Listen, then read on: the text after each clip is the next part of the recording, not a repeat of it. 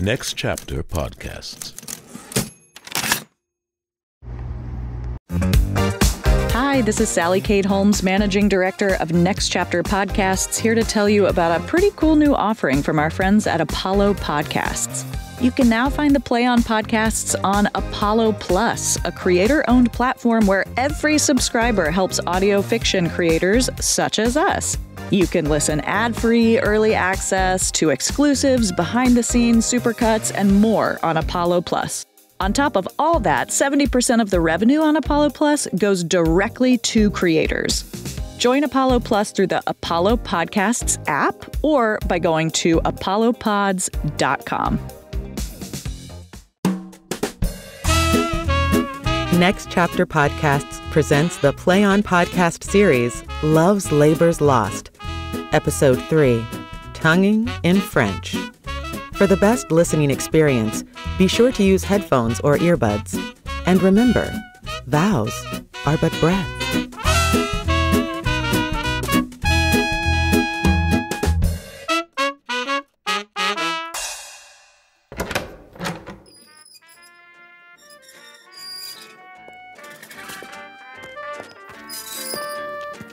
Sing me a song, Moth. My ears lust for some music. Yeah, you know I'll be true. Saving up all my love for you. Lock, stock, and barrel, can't believe that I do. But I do, it's true, I'm a crazy fool. Walk the whole wide world for you. Lock, stock, and barrel, I'm in an awful bind for you. Ah, sweet air.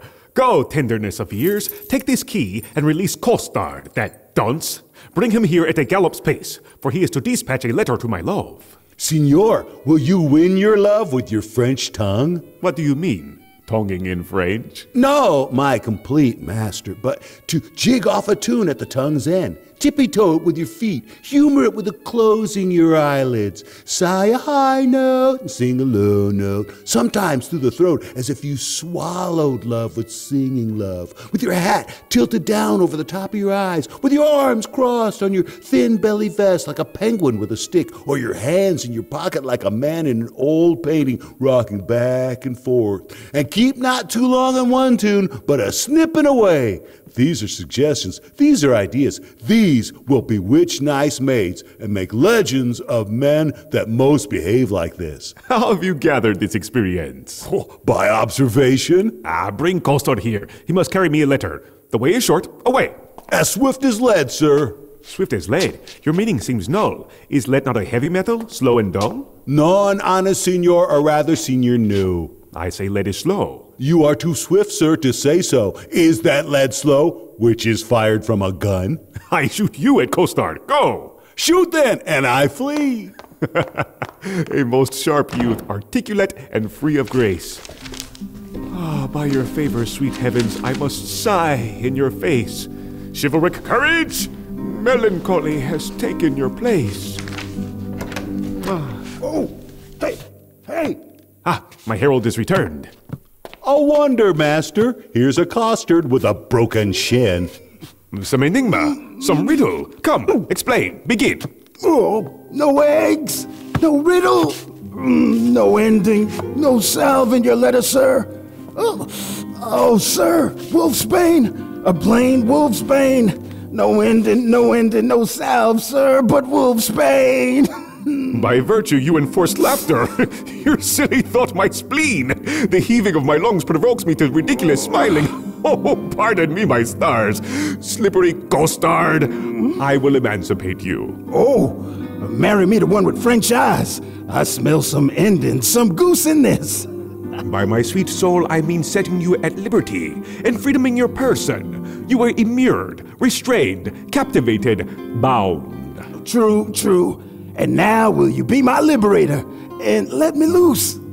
I give you your liberty, set you from penance, and in lieu thereof, impose on you nothing but these. Bear this letter to the country maid, Jaquenetta. There is remuneration, for the best price of my honor is to reward my dependents. Moth, follow. Like the sequel, I, Senior Costard, adieu. My sweet ounce of man's flesh, my rare juvenile. Now will I look to his remuneration. Remuneration! Oh, that's the Latin word for 3 farthings. 3 farthings, remuneration. What's the price of this trifle? 1 penny? No, I will give you a remuneration. Why, it carries it. Remuneration. Why, it is a fairer name than French crown. I will never buy and sell without using this word. Remuneration! My good man Costard, exceedingly well met. Pray you, Sir Berowne, how much coronation ribbon may a man buy for a remuneration? What is a remuneration? Well, sir, 3 farthings. Why then, 3 farthings worth of silk. Huh. I thank your worship. Goodbye. Stay, clown. I must implore you. Do one thing for me that I shall entreat, and you will win my favor, good friend. When would you have it done, sir? This afternoon. Well, I will do it, sir. Farewell. You don't know what it is. I shall know, sir, when I have done it. Why, dummy, you must know first. I will come to your worship tomorrow morning. It must be done this afternoon. Wait, clown, it is but this. The princess comes to hunt here in the park, and in her train there is a gentle lady. When tongues speak sweetly, then they name her name, and Rosaline they call her. Ask for her, and put in her fair hand this sealed up counsel. Here's your payment. Go. Payment? Oh, sweet payment. Better than remuneration. 11 and 12 farthings better. Most sweet payment. I will do it, sir, in print. Payment! Remuneration!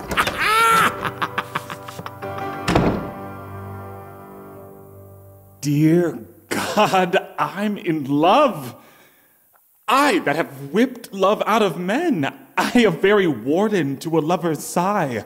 I a critic, nay, I a night watch constable. I a domineering pedant over that boy, than whom no mortal is more arrogant. Oh, that masked, whining, blinded, wayward boy. That senior junior, giant dwarf, Dan Cupid. Ruler of love rhymes, lord of folded arms, the anointed emperor of sighs and moans, king of all loiterers and malcontents, the prince of stockings, king of codpieces, sole imperator and great general of trotting whoremongers. Oh, my little heart. And I to be a corporal of his field? And wave his flag like an old ringmaster? What? I love, I sue, I seek a wife? Oh, this woman that is like a wily fox, needs grooming, taming, ever out of line, and never going aright, being a beast, wanting eyes on her, hoping she'll do right. No, to be perjured, which is worst of all, and among 3, to love the worst of all, a willful wanton, with a velvet brow, with 2 bright jewels stuck in her face for eyes. Yes, and by heaven, one that will do the deed. Though Boyet is her guard, with 100 eyes. And I to sigh for her? To watch for her? To pray for her? Damn it! Oh, it is a plague that Cupid will impose for my neglect of his almighty dreadful little might. Well, I will love. Write, sigh, pray, sue, and groan. Some men can't love a lady, but I'm Berowne.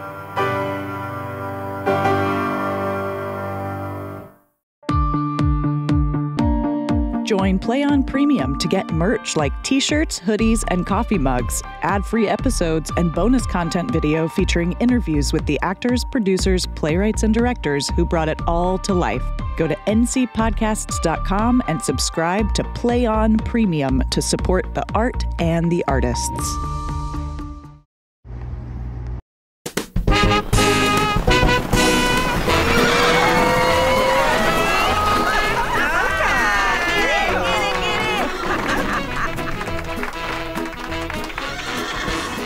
Was that the king that drove his horse so hard against the steep uprising of the hill? I don't know, but I don't think it was him. Whoever he was, he showed ambitious mind. Well, ladies, today we shall be well dismissed. On Saturday, we will return to France. Then, Forrester, my friend, where is the bush that we must stand and slay the wild deer in? Near here, up on the edge of that grove. You stand here so you may make the fairest shoot. I think, my beauty, I am fair that shoot, and thereupon you call me the fairest shoot. Pardon me, madam, for I did not mean so. What? What? First praise me and again say no? Oh, short-lived pride. Not fair. You should go. Well, yes, madam, fair. No, don't applaud me now. Where fair is not, praise cannot mend the brow. Here, my good man, take this for telling true. Fair payment for foul words is more than due. Nothing but fair is that which you inherit. See, my beauty will be saved by merit. Ugh, blasphemy in words, unfit for days. A giving hand, though foul, shall have fair praise. But come, the bow. Now mercy goes to kill, and shooting well is then accounted ill. Thus will I save my credit in the shoot. Not wounding, pity would not let me do it. If wounding, then it was to show my skill, that more for praise than purpose meant to kill. And out of question, so it is sometimes, glory grows guilty of detested crimes. When for fame's sake, for praise, that outward part, we bend to that the working of the heart, as I for praise alone now seek to spill the poor dear's blood, that my heart means no ill. Do not cursed wives hold that authority only for praise's sake when they strive to be lords over their lords? Only for praise, and praise we may afford to any lady that subdues a lord. Oh, here comes the king of the common folk, Costard. God bless you all. I ask, who is the head lady? You will know her, fellow, by the rest that have no heads. Which is the greatest lady, the highest? The thickest and the tallest. Oh, look. The thickest and the tallest. It is so. Truth is truth. If your waist, mistress, were as slender as my wit, one of these maid's girdles for your waist should be fit. Oh, baby, no. Are not you the chief woman? You are the thickest here. What's your will, sir? What's your will? I have a letter from Monsieur Berowne to one lady, Rosaline. Ooh, your letter. He's a good friend of mine. Now, where did I put that thing? No, not here. No, that's not it. No. Oh, no. Oh, here. Anybody got a letter opener? Okay, stand aside, good messenger. Boyet, you can open. Break up this seal. I am bound to serve. This letter is mistook. It is not for anyone here. It is written for Jaquenetta. We will read it. Go on. Break the neck of the wax, and everyone, give ear. By heaven, that thou art fair is most infallible. Oh, Lord. There you go. True that thou art beauteous, truth itself that thou art lovely. More fairer than fair, beautiful than beauteous, truer than truth itself, have commiseration on thy heroical service. The magnanimous and most illustrious King David set high upon the pernicious and undoubted beggar Bathsheba, and he it was that might rightly say, Veni, vidi, vici, which to anatomize in the vulgar, oh, base and obscure vulgar. That is, he came, see, and overcame. He came 1, see, 2, overcame 3. Who came? The king. Oh, wow.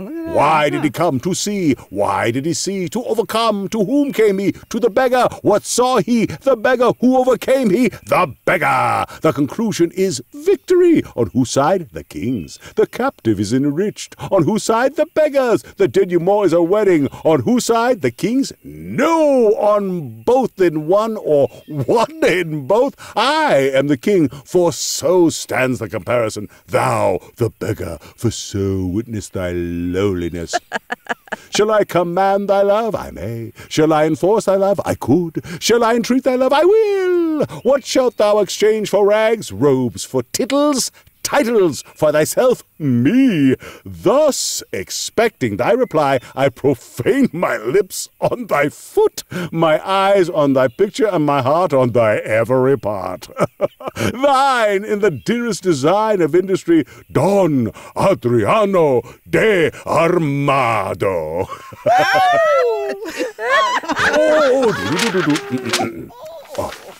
Thus dost thou hear the Nemean lion roar. 'Gainst thee, thou lamb, that standest as his prey. Submissive fall his princely feet before, and he from hunting will incline to play. But if thou fight, poor soul, what art thou then? Food for his rage, a feasting for his den.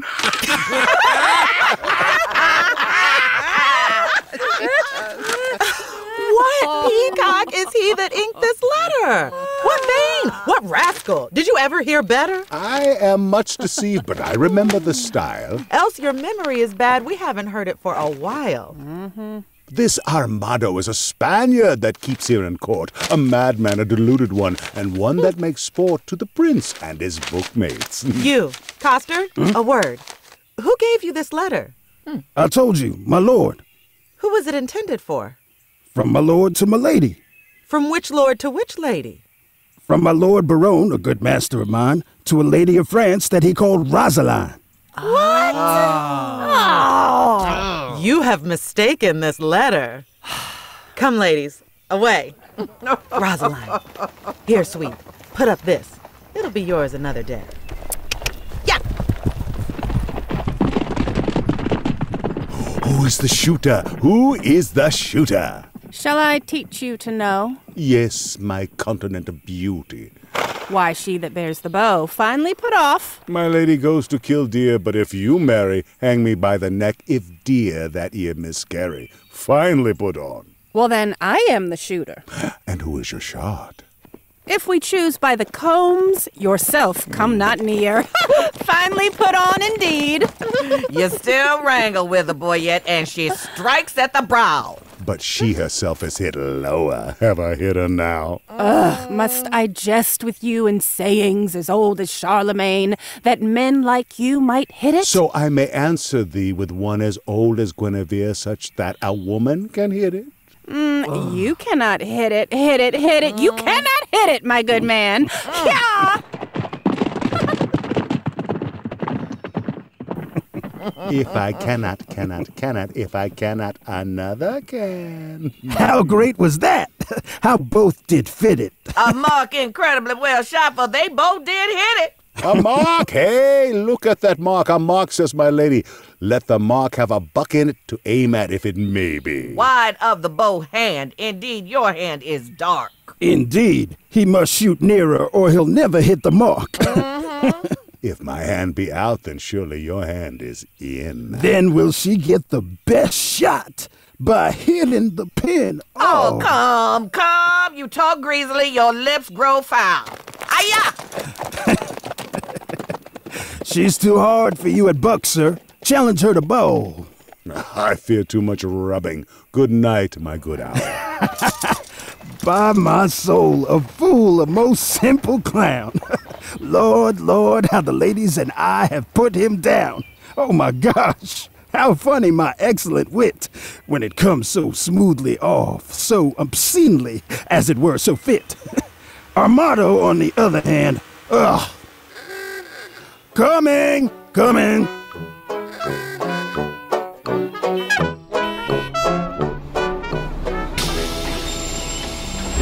Very refined sport, truly, and done in the spirit of good conscience. Well. The deer was, as you know, dripping in blood, ripe as the pomegranate who now hangs like a jewel in the air of the sky, the heaven, the firmament, and soon falls like a crab on the face of the soil, the land, the earth. Truly, Mistress Holofernes, the epithets are sweetly varied, like a scholar at the least. But, Madame, I assure ye, it was a buck in its prime. No, Lady Nathaniel, I don't believe that. It's not a limp old rooster. It was a young buck. Most barbarous intimation. Yes, a kind of insinuation, as it were, by way of explanation, as it were, replication, or rather to show, as it were, his inclination after his undressed, unpolished, uneducated, unpruned, untrained, or rather unlettered, or ratherist, unconfirmed fashion, to insert again my disbelief for a buck. Hey, Jacquenetta. Oh, hi. Hello, God give you good morrow, Mistress Person. Mistress Person? You mean Pierce one? And if one should be pierced, which is the one? Yes. Mistress Schoolmaster, she that is most like a hogshead. Oh, of piercing a hogshead, a good flint of wit for a turf of earth, fire enough for a cold flint, pearl enough for a swine. It is pretty, it is well. Good Mistress Person, be so good as to read me this letter. It was given me by Costard and sent me from Don Armado. I can't read it. Under pardon, lady, what are the contents? Or rather, as Horace says in his, what, my soul verses? Yes, lady, and very learned. Let me hear a staff, a stanza, a verse. Read, mistress. If love make me forsworn, how shall I swear to love? Never faith could hold if not beauty vowed. Though to myself forsworn, to you I'll faithful prove. Those thoughts to me were oaks, to you like willows bowed. These studies I will leave and make my book your eyes, where all those pleasures live that art would comprehend. If knowledge be the mark, to know you shall suffice. Well learned is that tongue that well can you commend, all ignorant that soul that sees you without wonder, which is to me some praise, that I your parts admire. Your eye Jove's lightning bears, your voice his dreadful thunder, which, not to anger bent, is music and sweet fire. Celestial as you are, oh, pardon love this wrong that sings heaven's praise with such an earthly tongue. You will find not the apostrophe, and so miss the accent. Let me supervise the cazinet. Oh. Here is only meter ratified, but for the elegancy, facility, and golden cadence of poesy, it is wanting. Ovidius Naso was the man, and why indeed Naso but for smelling out the odoriferous flowers of fancy, the witty speeches of invention. To imitate is nothing. So does the hound his master, the ape his keeper, the tired horse his rider. But damsela virgin, was this directed to you? Oh, yes, lady, from one Monsieur Berowne, one of the strange Queen's lords. Oh, I will overglance the superscript. To the fairest hand of the most beauteous Lady Rosaline. I will look again on the intellect of the letter for the nomination of the party writing to the person written unto. Your ladyships in all desired employment, Berowne. Oh, Lady Nathaniel, this Berowne is one of the students of the king, and here he has framed a letter to a follower of the stranger queen, which accidentally, or by way of progression, has got lost. Trip and go, my sweet. Deliver this paper into the royal hand of the king. What? It may concern much. Stay not for compliment. I forgive your duty. Adieu. Good Costard, go with me, lady. God save your life. I'm with you, my girl.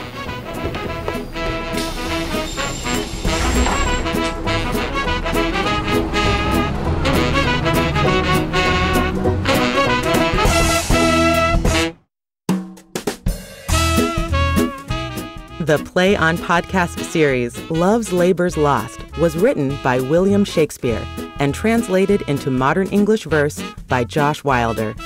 Each episode was directed by Nelson T. Eusebio III. The cast is as follows: Russell G. Jones, as the King of Navarre and the Forester. Matthew Elijah Webb as Berowne.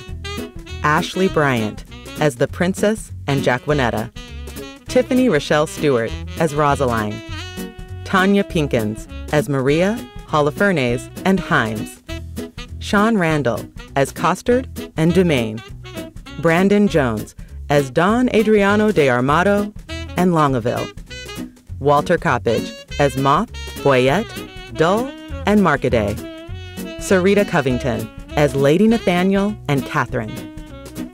Casting by the Telsey Office, Karen Castle, CSA, and Ada Karamanian. Voice and text coach, Julie Foe. Episode scripts were adapted and produced by Catherine Eaton. Original music and sound design by Lindsay Jones. Sound engineering by Sadaharu Yagi. Mix engineer and dialogue editor, Larry Walsh. Podcast mastering by Greg Cortez at New Monkey Studio. Coordinating producer, Transcend Streaming, Kira Bowie and Liana Keys. Executive producer, Michael Goodfriend. The managing director of business operations and partnerships at Next Chapter Podcasts is Sally Kate Holmes. The Play On podcast series, Love's Labor's Lost, is produced by Next Chapter Podcasts and is made possible by the generous support of the Hits Foundation. Visit ncpodcasts.com for more about the Play On podcast series. Visit playonshakespeare.org for more about Play On Shakespeare. Subscribe to Play On Premium on Apollo Plus for ad-free episodes and join our Patreon for exclusive merchandise and early commercial-free releases.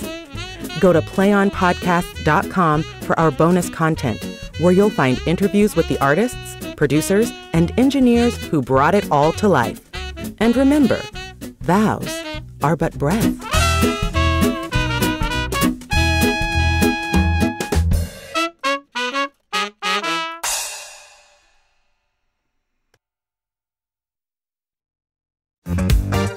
Hi, this is Sally Kate Holmes, Managing Director of Next Chapter Podcasts, here to tell you about a pretty cool new offering from our friends at Apollo Podcasts. You can now find the Play On podcasts on Apollo Plus, a creator-owned platform where every subscriber helps audio fiction creators such as us. You can listen ad-free, early access to exclusives, behind-the-scenes supercuts, and more on Apollo Plus. On top of all that, 70% of the revenue on Apollo Plus goes directly to creators.